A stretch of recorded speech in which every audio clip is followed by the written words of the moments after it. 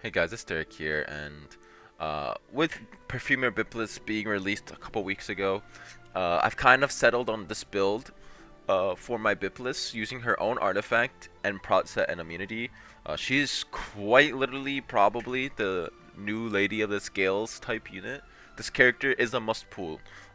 She's basically uncontested in her supportive nature as well as offensive nature, and I will tell you why. So, with the team imprint of HP, she gives a lot of survivability that's paired with her passive, giving 5% max health to all allies when an enemy takes a turn. So, she's basically another character that kind of gives bulk outside of just being a knight inherently, giving Aureus slash Adamant Shield to allies. So, she's bulking up their HP, stopping them from being one-shotted, as well as giving a reflect, which can allow her to be a DPS against very high damage aggressive teams. Um, she has a heal when they drop below 50% health, kind of cleansing debuffs, which allows her to kind of be supportive as well as offensive with this passive. But I think what really lets her excel is she has this passive that works really well in kind of subduing cleave, but her S3 is anti turn 2, where if you don't have immunity, she basically deals 40% of your max health as damage and turns it into injury with the 2 turns of 2 venoms, as well as applying redirected provoke, allowing her to be a debuffer. So she's kind of like an all-in-one package of anti-cleave, anti-turn 2, control, and then to top it all off, her S1 is a defense break, which can call a dual attack, allowing her to be paired with a high damage DPS to execute enemies. She's quite literally like the first pick unit for a lot of players. Uh, like out when you can't play Notos, when you can't play Scales, I think this character fits right into that first pick slot, giving you a very neutral like anti-turn 2, anti-cleave, and a very good turn 2 overall. And the only like playstyle that can't really use her to her potential would be cleave in my opinion. But outside of cleave, she is what you want to pick when those characters are banned. The reason behind my prot set is they give more survivability to my team with the barriers.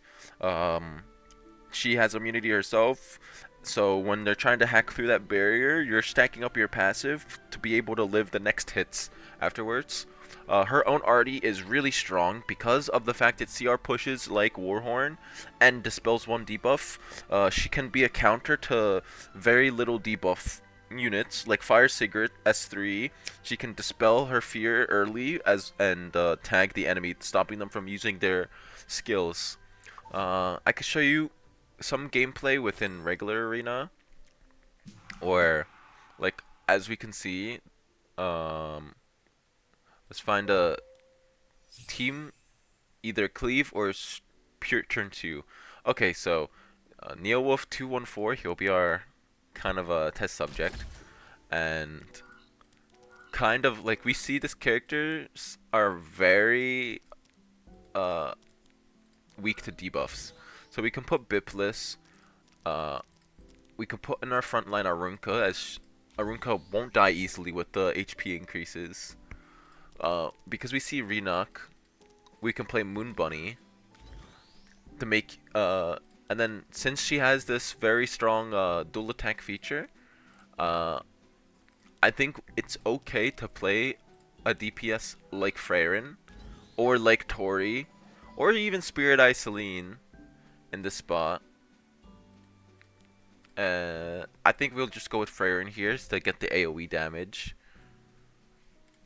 And let's see kind of how she works in a PvP environment.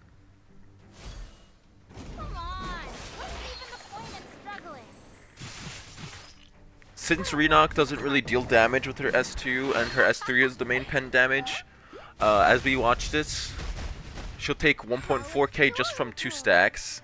We have our team protected, so we can just push up. Let me tell you your fortune. And with this, Disastrous. How dare you we take shouldn't what's really mine? take that much damage from the cascades from Dragon King Shroom because the HP increase is a lot. How dare you! Horrid stench!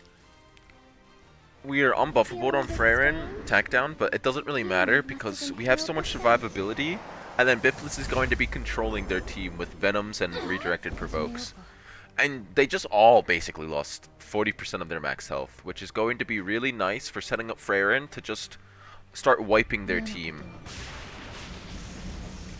Let's try to cycle out of our debuffs on Freyren with the S3 into S1. Dare!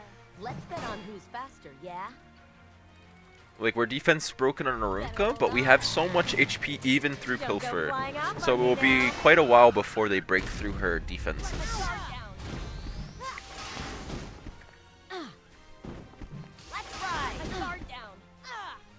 The promises of this spear. Alright guys, you can see from the injury, Ilinov is only 18k HP. She's very easily going to be taken out by this Freyren, who's going to be dealing a lot of damage to everyone every time she takes a turn. And since he has no sustain, the injury is just dealing so much usefulness towards just whittling down the team. And even this reflect damage is actually putting in work because they have no sustain. This small amount of damage start building up. Who's the king of these streets? You? You're just a puppy. And now, since we have downtime on Arunka and Byblis, we can just soul burn defense break, called Freyren non-stop to deal damage for us. Care for a sample? And as you saw right there, like, okay, I didn't soul burn there, but like, it's the same like kind of effect as Arunka, where you basically get defense break into a hit. Like, it's quite hard to live this without sustain. I can take you in my sleep. And then when you pair, like, if it's solo Redux, she just killed herself on the 5-stack reflect. Like, it is quite strong. Even if they're not dealing that much damage, it just builds up over time. Especially when you're hitting a fully stacked target. And this kind of, like, in my opinion, you can auto with this because it's pretty straightforward. Like, her S3 will just be used off cooldown. I'll teach you a lesson. When you pick, like, 2 characters that will counter the others with Byblis, as long as they don't have Notos, you should be doing really good. And you shouldn't be failing your autos. Those noble characters Um, naturally carry a fragrance In befitting their RTA, dignity. just first pick this character. If Scales, Notos are gone, like, I think the only scary thing is Cleave, and you don't have, like, good, like, synergy with your comp, and they just ban Byblis, and they just, raw kill your other units. But, yeah, Byblis is pretty straightforward. High damage S3 dealing 40% max health and injuring. Provokes. Cleanse on S2 when you drop below half, as well as a very strong buff that keeps your team alive, as well as gives decent damage into aggressive teams, and a dual attack on S1. That's it for this video. I'll see you guys in the next one.